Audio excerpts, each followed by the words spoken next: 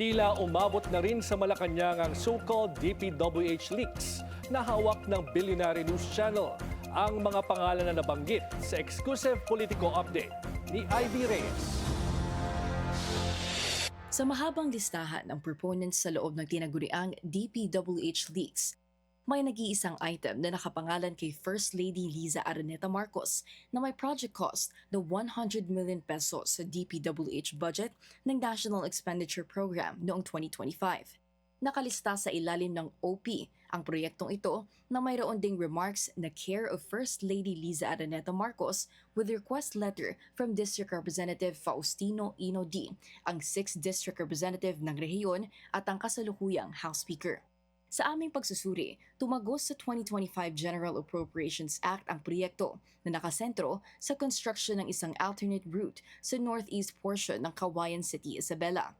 Ayon sa DPWH website, Setyembre nitong taon isinagawa ang bidding para sa nasabing proyekto, pero idiniklara itong failed sa kaparehong buwan. Nang hinga natin ng komento ang palasyo tungkol dito, tumanggi itong bigyang pakahulugan ang mga dokumento na umano'y nagmula sa namayapang Undersecretary ng DPWH na si Maria Catalina Cabral. Hanggat wala raw kumpirmasyon ng DPWH na sa kanila nga galing ang listahang ito, maituturing na hearsay lang ang tinaguriang DPWH leaks. Pwede rin daw itong maihambing sa mga dinoktor o fabricated documents. Hiningan din natin ng panig si House Speaker Bogie D at si DPWH Secretary Vince Dizon, pero hindi pa sila tumutugon sa aming mga mensahe.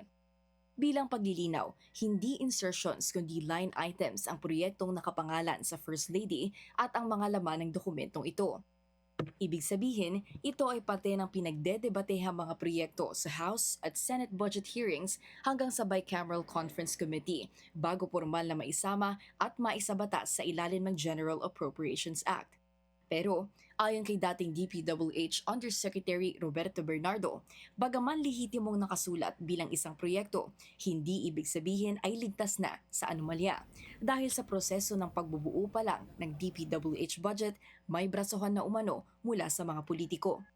Sa listahang ito, lumabas din sa ilalim ng Name of Proponent column ang pangalan na Sec Abalos. Sa ilalim ng Remarks column, nakalagay ang mga salitang Care of Sec B. Abalos.